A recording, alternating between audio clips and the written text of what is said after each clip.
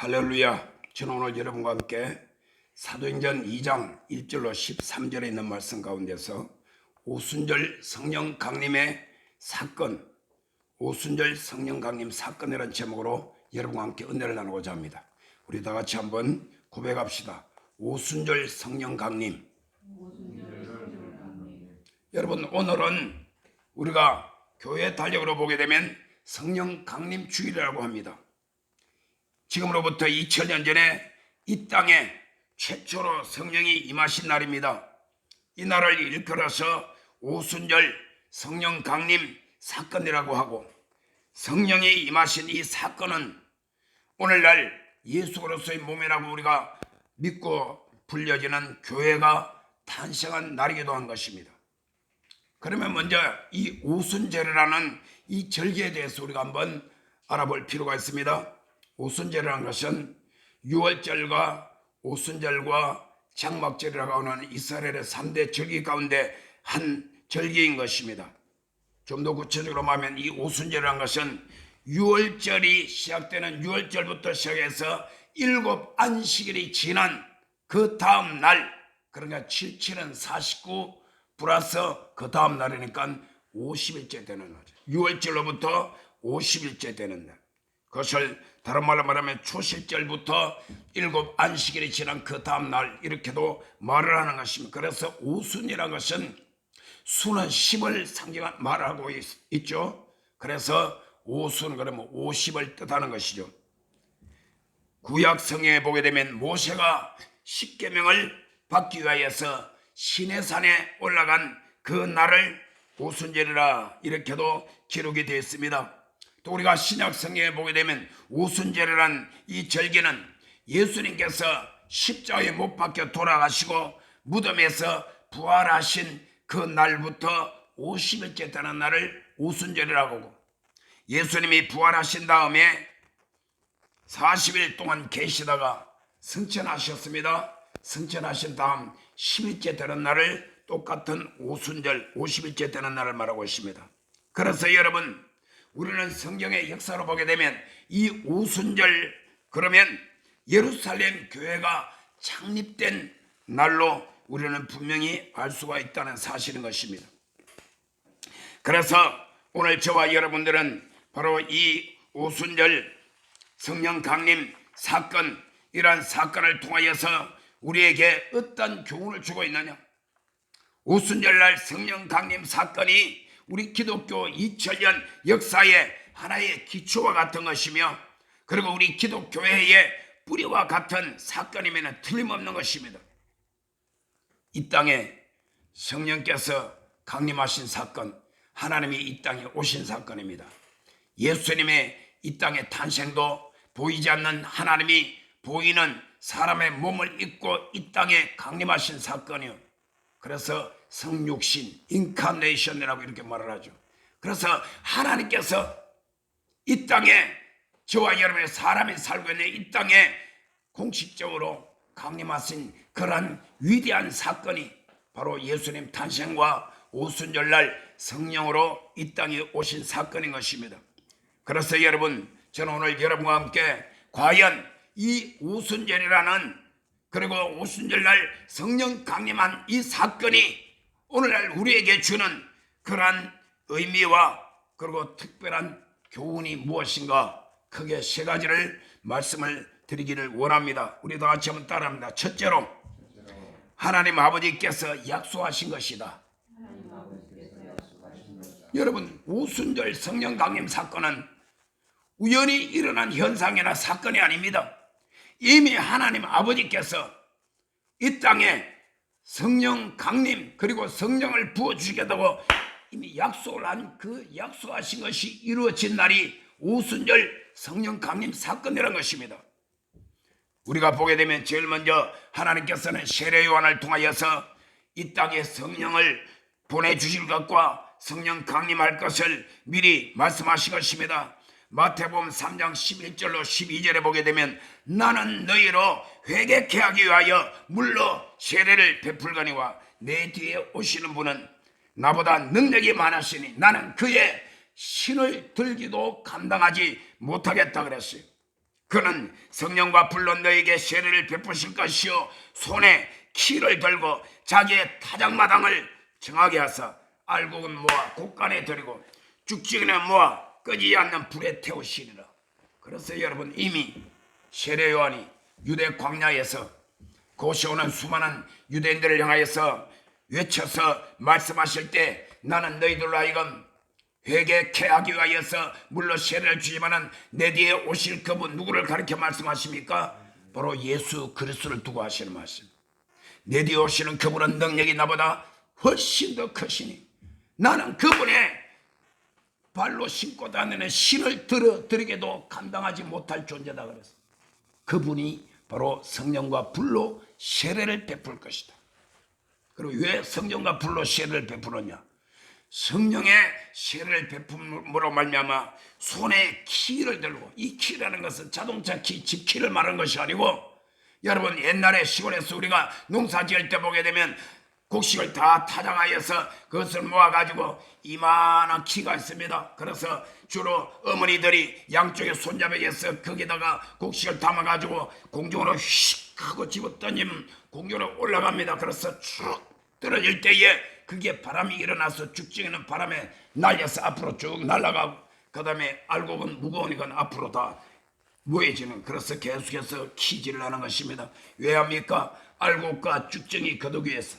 알곡은 모아 곡간에 들고 쭉정이는 나중에 다 모아가지고 불질러요. 우리 어릴 때 보면 거기서 불질러 가지고 감자도 구워 먹고 고구마도 구워 먹고, 어떤 사람은 그 불을 가지고 콩도 구워 먹고, 그런 내 어릴 때의 그런 기억이 생생합니다.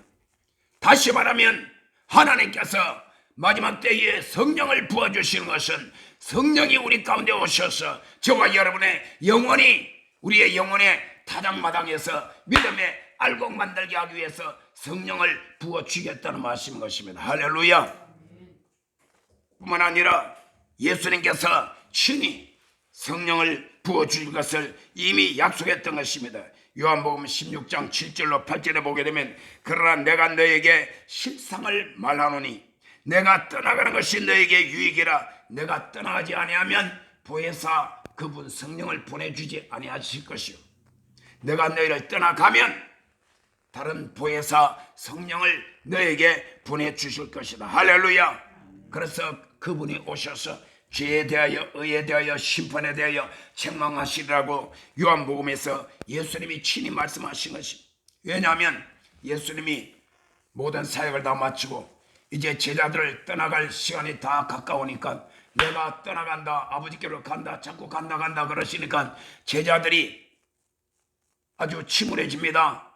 힘이 빠집니다. 맥이 빠집니다. 예수님 자꾸 어디로 가신단 말입니까? 그래서 예수님께서 실상은 내가 너희를 떠나는 것이 너희하고 계속 있는 것보다 너희에게 무엇이라? 유익이라. 할렐루야.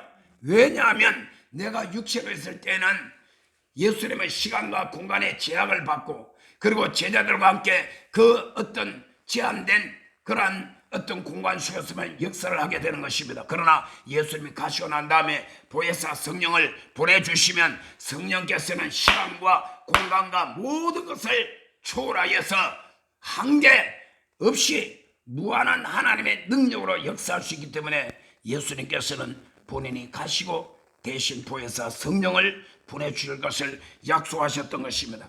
그러고 난 다음에 예수님께서 부활하신 다음에 40일째 되는 날 감람산에서, 거기서 예수님께서 500명의 무리들이 보는 앞에서 하늘로 올려가는 승천하시는 장면이 나오죠. 그때 사도행전 1장 4절에 보게 되면 너희는 예루살렘을 떠나지 말고 내게 들은 바 아버지의 약속하신 것을 기다려라. 내게 들은 바 아버지의 약속하신 것이 무엇입니까? 그것이 바로 성령입니다. 할렐루야. 그것을 기다려라. 요한은 물로 세례를 베풀었으나 너희는 몇 날이 못되어 성령으로 세례를 받으리라. 할렐루야. 이렇게 예수님께서, 하나님 아버지께서 약속하신 성령을 보내주실 것을 미리 다 말씀하셨고, 마지막 제자들을 떠나가는 승천하시는 그 순간에도 그렇게까지 말씀하신 것입니다. 뿐만 아니라 오순절날 성령이 그들에게 임한 다음에 마가의 다락방에 120명이 모두 다 성령의 충만을 받고 난 다음 그곳에서 베드로가 성령 충만하여 일어나서 설교한 장면이 있습니다. 그것이 바로 사도행전 2장 33절에 말씀합니다.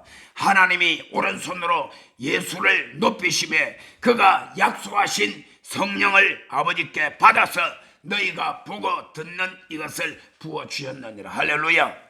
이 말은 어떤 배경이냐면 오순절날 마가의 다락방에 성령이 그들에게 강림하시고 성령이 충만히 임하시고 그들에게 나타난 여러 가지 현상들을 온 천하에 흩어져 있던 유대인들이 유월절을 지키기 위하여서 예루살렘에 모였다가 그 아주 특별한 그런 순간을 그들이 듣고 보고 수많은 사람이 모여가지고 그 마가의 다락방에 일어난 사건을 지금 보고 있다는 말이에요. 그들이 보고는 너무나 놀라고 너무나 기이한 현상입니다. 그때 베드로가 일어나서 한 설교가 바로 그래. 너희들이 십자가에 못 박아 죽인 예수, 그 예수 그리스도를 하나님께서 부활하시고 살렸고 하늘로 올라가셨고 예수를 하나님의 보좌로 높이 올리심에 하나님께서 약속하신 성령을 예수님께 보내주셨고 예수님께서 아버지께서 약속하신 성령을 받아서 그분이 우리에게 부어주셨는데 바로 너희들이 지금 보고 듣는 이 현장이 바로 그 현장이다. 할렐루야. 그래서 그곳에 있는 수많은 유대인들이 오순절날 마가의 다락방에 성령 강림한 그 사건 현장을 지금 보면서 아하, 바로 이것은 미리 하나님께서 약속하신 그 성령을 예수님이 하나님 보좌에 올라가서 받아서 우리에게 부어주신 바로 이 사건이구나. 그들이 이제는 깨닫게 되는 것이죠. 그래서 여러분 오순절 성령 강림 사건이 우리에게 주는 첫 번째 교훈은 하나님 아버지께서 약속하신 것을 우리에게 부어주신 것이다. 저절로 일어난 현상이 아니다. 아무런 계획 없이 그냥 어쩌다가 일어난 현상이 아니고 하나님의 계획과 하나님의 약속과 하나님의 행하신 가운데서 일어난 놀란 역사적인 사건인 것을 믿으시기를 주의 이름으로 축원합니다. 그러면 오순절 성령 강림 사건이 우리에게 주는 두 번째 교훈은 뭐냐? 우리 한번 따라합니다. 둘째로 오순절 날 성령 강림 때 무슨 일이 일어났는가? 여러분 오순절 성령 강림 때 일어난 사건 그 현장을 우리가 한번 자세히 살펴보고 알 필요가 있다는 것입니다.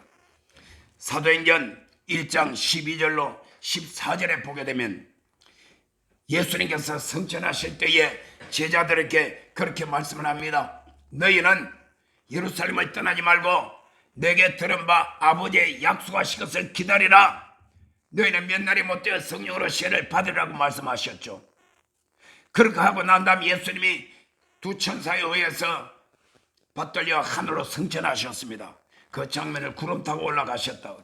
예수님 다시 구름 타고 오시리라고 성경은 거듭거듭 우리에게 말씀을 하고 있는 것이죠. 그러고 난 다음에 그 말씀을 들은 500명 가운데 어쩐 일인지 380명은 이리저리 흩어졌습니다. 120명이 바로 예루살렘 마가의 다락방에 모여서 예수님이 마지막 유언과 같이 하신 그 말씀을 듣고 그 말씀을 따라서 그들이 마음을 같이하여 전혀 기도에 힘썼더라. 뭘 힘썼어요? 예수님께서 보내주시기도 약속한 성령을 받기 위하여서 그들은 마음을 같이하여 전혀 기도에 힘썼습니다. 하루 이틀 사흘 나흘 닷새 엿새 일에 여덟에 아흘에 딱 제11째 되는 날 바로 그날이 오순절 날 그때에 성령이 갑자기 하늘에서 그들에게 임하셨습니다. 그 성령이 임하는 장면이 바로 사도행전 2장 1절에서 4절에 있는 이 말씀인 것입니다. 우리 다 같이 다시 한번 사도행전 2장 1절부터 4절까지 한번 보겠습니다. 오순절 날이 이미 이름에 그들이 다 같이 한 곳에 모였더니 호련히 하늘로부터 급하고 강한 바람 같은 소리가 있어 그들이 앉은 온 집에 가득하며 마치 불의 혀처럼 갈라지는 것들이 그들에게 보여 각 사람 위에 하나씩 임하여 있더니 그들이 다 성령의 충만함을 받고 성령이 말하게 하심을 따라 다른 언어들로 말하기를 하시니 여기 언어들인데 사실은 방언입니다. 말하기를 시작하니라. 자, 여러분 저를 보세요. 여기에 어떤 현장에 일이 일어났느냐? 오순절날 성령 강림 사건이 일어난 이 현장에 제일 먼저 일어난 일은 급하고 강한 바람 같은 소리가 있어서 온 집에 가득하더라. 급하고 강한 바람 같은 소리. 여러분, 바람이 세게 불면 집안에 있을 때에 창문이 덜덜덜 떨리기도 하고 쉥쉥 하면서 아주 우리가 듣기에 참으로 아주 강한 그런 특별한 소리가 나지 않습니까? 여러분, 태풍이 지나갈 때 되면 어때요? 태풍이 지나가게 되면 뭐 집안에 있든지 어느 건물 안에 있든지 뭐 밖에는 있을 수가 없지만은 얼마나 요란합니까? 그래서 여러분, 여기에 급하고 강한 바람 같은 소리가 온 집에 가득했더라. 조금 누가 휘파람 불을 수 있는 것이 아니고 온 집에 가득했어요. 여러분, 성령님이 이 땅에 강림한 사건은 이 세상에 있는 인간의 어떤 사람들이 만들어 놓은 어떤 현상이 아닌 것입니다. 여러분, 우주를 창조하신 창조주 하나님께서 이 땅의 인간에게 우리 가운데 능력으로 강림한 사건인 것입니다. 그렇기 때문에 이때에 사람이 생각할 수 없고 상상할 수 없는 그런 놀라운 일들이 벌어지는 것이 제일 먼저 사람의 귀에 들린 것입니다. 청각으로 들린 것입니다. 그 다음에는 두 번째는 불의 혀처럼 갈라지는 것들이 각 사람 위에 임하였다고 합니다. 희한한 현상이죠. 사람의 혀가 있고 여러분 불의 혀라고 그렇습니다. 그래서 불이 뚝뚝 떨어지는 모습을 마치 이렇게 나뭇잎처럼 이렇게 해가지고 불이 활활 타오르는 불꽃처럼 그렇게 우리가 묘사를 하고 있습니다. 우리가 간혹 보게 되면 어떤 그림이라든지 포스터를 보게 되면 오순절날 성령 강림 사건을 연상해서 그린 거 여러분 보셨죠? 불의 혀같이 떨어지는 사람 머리에 각 사람 머리에 임하여 있는 같이 사람들의 눈에 보였더라. 시각적으로 보였어요. 여러분, 오순절 성령 강림이 임하였을 때에 청각으로 알 수 있었고 눈으로 볼 수 있는 시각이 있었습니다. 그리고 세 번째 따라합시다. 그들이 다 성령의 충만함을 받고 성령의 말하게 하심을 따라 다른 방언으로 말하였더라. 할렐루야. 그들이 다 성령의 충만함을 받고 성령이 말하게 하심을 따라 여기에 우리가 새로운 성경에는 다른 언어들로 말하기를 시작하느라 이게 원래는 방언입니다. 자, 오늘 여기서 사도행전 2장 4절에 오순절날 성령이 강림하여서 그들이 성령의 충만을 받아 성령의 말하게 따라 최초로 말을 했던 그것은 방언인데 그 헬라 원어는 따라합시다. 글로사. 이 헬라 원어는 바로 글로사라는 단어인데 이거는 영어로 말하게 되면 텅이란 뜻입니다. 텅. 이 원래 텅이라는 것이 혀라는 뜻이에요. 텅스. 혀를 굴려가지고 혀를 통하여서 성령께서 사람의 말이 아닌 이러한 방언을 말하게 했다는 것입니다. 그래서 여러분, 여기에 120명이 성령의 충만함을 받고 성령의 말하게 하심을 따라 그들이 말을 했을 때는 하나님께서 우리가 말하고 있는 방언 기도라든지 방언으로 말하는 이런 것을 일컬어서 글로사, 그 다음에 tongues. Can you speak tongues? 당신은 방언 기도합니까? 우리가 외국인들 만나면서 대화를 하면 이렇게 묻습니다. Yes, I can speak tongues. 예, 나 방언합니다. 서로 이렇게 주고받는 것입니다. 그때 tongues란 것은 바로 우리가 성령 세례를 받고 그 현상으로 일어나는 방언 기도를 말하는 것입니다.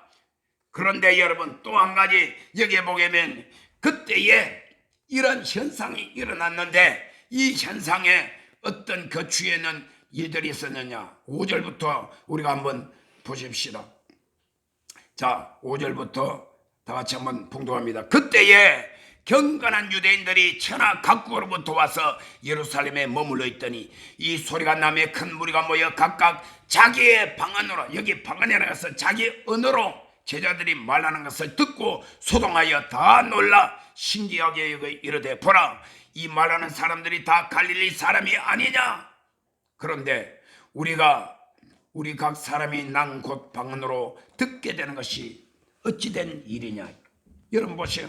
말하는 사람은 성령의 말하게 따라 그들이 방언으로 말 안 합니다. 텅스를 말합니다. 그런데 그때에 천하 각국이었던 유대인들이 유월절을 지키기 위하여서 예루살렘에 모였어요. 내가 오늘 성경에 보니까 약 15나라에서 모였어요. 쭉 밑에 다 나와 있잖아요. 우리는 바데인가 메데인가 엘람인가 메소포타미아 유대 갑바도기아 본도 아시아 브루기아 밤빌리아 애굽 및 구레네에 가까운 리비아 여러 지방에 사는 사람들과 로마로부터 온 나그네 곧 유대인과 유대교에 들어온 사람들과 그레데인과 아라비아인들이라 우리가 다 우리의 각 언어로 우리가 평소에 사용하고 있는 랭귀지 언어로 하나님의 큰 일을 말함을 듣는도다. 자, 여기서 여러분 분명히 알아야 될 것은 사도행전 2장 4절에서 성령 충만을 받고 성령의 말하에 따라 방언으로 말하는 사람은 여러분 방언을 말합니다. 다시 말하면 글로사 방언을 말합니다.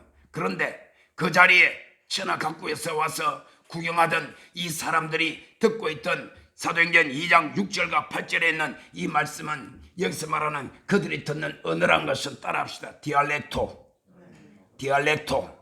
이 디알렉토란 것은 영어로 말하면 랭귀지란 말입니다. 랭귀지. 여러분 한국말, 중국말, 일본말, 영어, 러시아말 이런 전부 다 랭귀지죠. 랭귀지를 말하는 것입니다.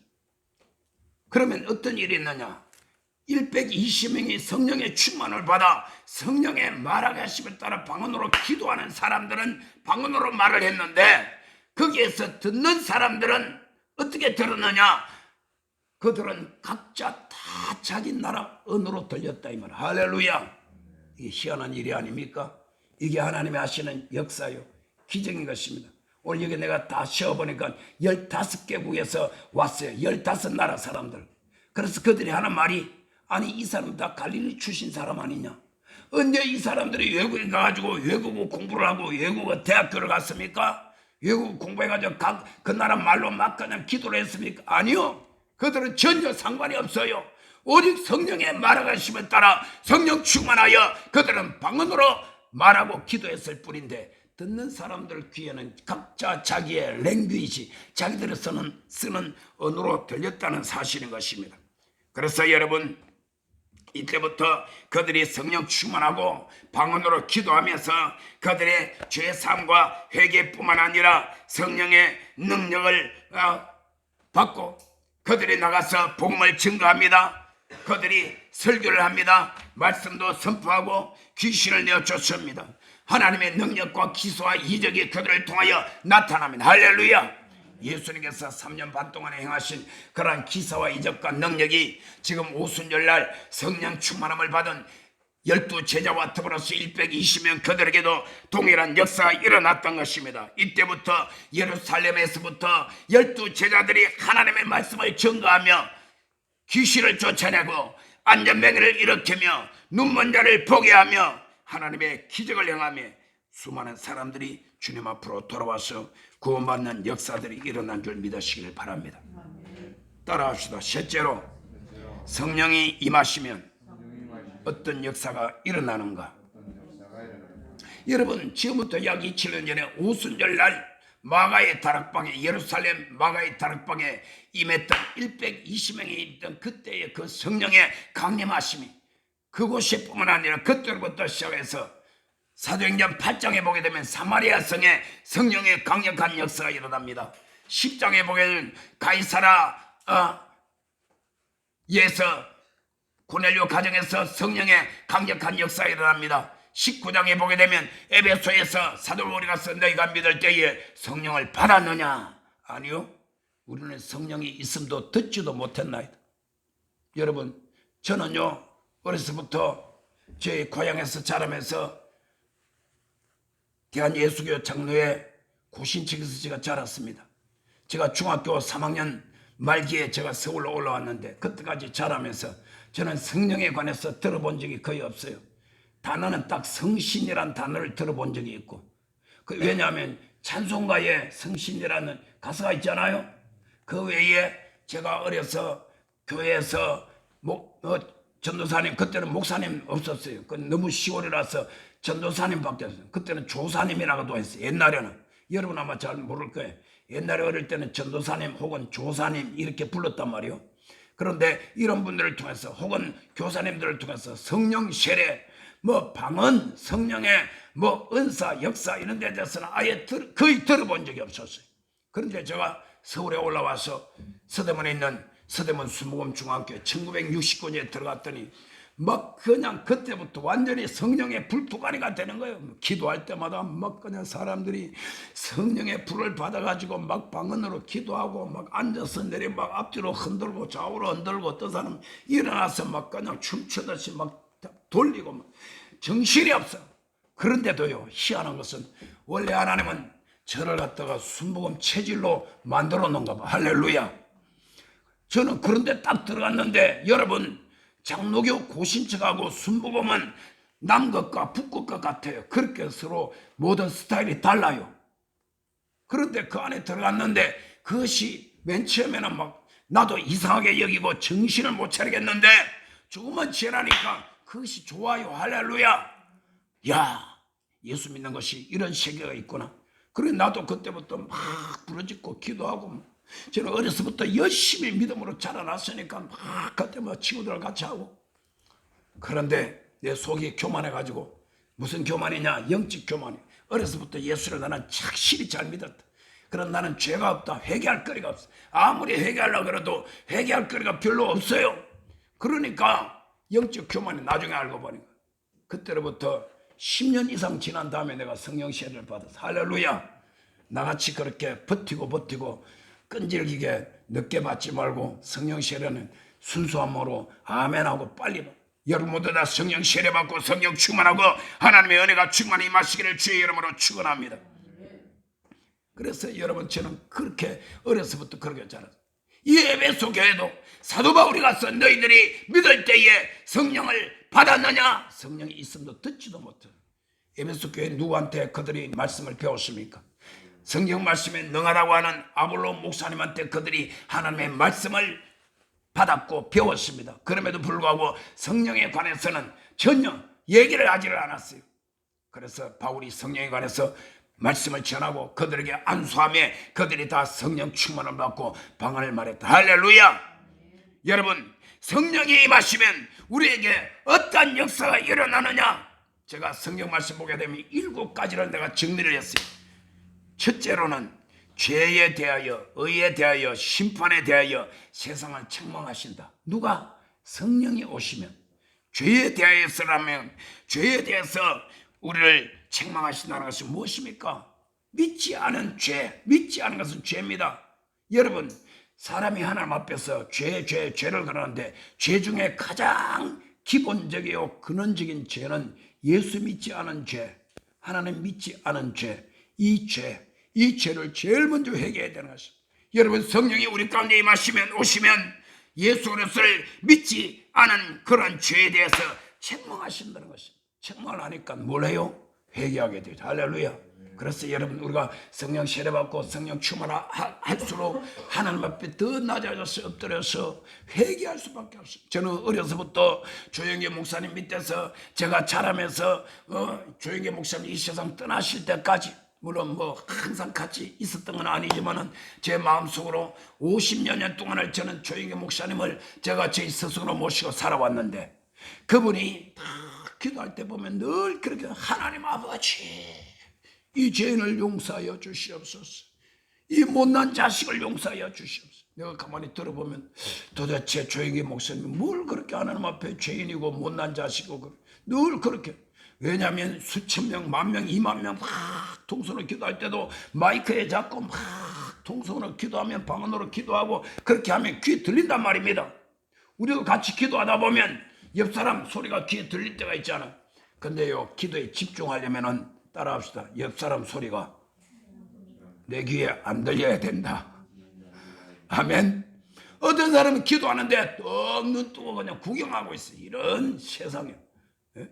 그러면 한 분도 안 계시기를 주의 이름으로 축원합니다. 부러지자 기도하게 되면 남의 소리가 내 귀에 들리지를 않아. 그런데 내가 어려서 그는 워낙 거대한 그 여의도 순복음교회 성전이라 여러분 상상을 못할 것이 그렇게 부러지고. 여러분, 이와 같이 성령이 우리 가운데 오시면 죄에 대하여 책망하시기 때문에 그 당시에 유대인들뿐만 아니라 오늘날에도 하나님께서 이 세계 지구 어느 땅 끝이라도 성령이 우리 가운데 임하시면 우리의 죄에 대해서 책망을 하심. 그 다음에 의에 대하여 책망하심. 의에 대하여 책망한다는 것은 무슨 뜻이냐면 예수, 너희들이 죽인 예수 그분은 무죄다, 죄가 없는 분이다, 그분은 의로우신 분이다. 그 의로우신 분을 너희들이 십자가 못 박아 죽였지만은 하나님이 그를 다시 살렸었고 그를 하늘로 하나님 보좌 우편으로 올리셨다. 할렐루야. 여러분, 예수님이 십자가에 죽으시고 영원히 무덤 속에서 썩어지지 아니하고 사흘 만에 부활하시고 승천하셔서 하나님 보좌 우편까지 올리신 것은 바로 예수로서는 의로운 분이시다, 의인이라는 것을 성령께서 우리에게 증거해 주시는 것입니다. 또한 뿐만 아니라 심판에 대하여 이 세상을 책망한다고 말했습니다. 심판은 뭡니까?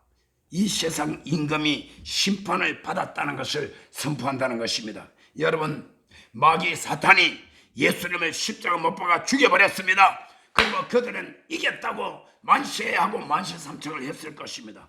그러나 하나님이 그 예수님을 사흘 만에 다시 무덤에서 일으켰습니다. 부활했습니다. 그래서 이 부활하신 예수 그리스도를 마귀 사탄이 바라볼 때는 기절 축복할 일인 것입니다. 그래서 마귀가 자기가 한 일이 바로 하나님 앞에 심판받았다는 것을 증명하는 것이 예수님 부활이요, 예수님이 성천이요, 다시 오실 예수 그리스도입니다. 할렐루야. 그래서 성령이 오시면 제일 먼저 따라합시다. 죄에 대하여, 의에 대하여, 심판에 대하여 세상을 책망하신다. 나사렛 예수 이름으로 명하노니 이 약한 마귀 사탄아, 너는 이미 하나님 앞에 심판받은 존재다. 예수 이름으로 명하노니 심판받은 마귀 사탄아, 너는 법적인 권리가 없으니 나와 우리 가정에서 우리 교회에서 이 땅에서 떠나갈지어다. 이렇게 우리가 담대하게 명령을 하고 마귀를 쫓아내시기 바랍니다. 여러분, 예수님께서 분명히 말씀했습니다.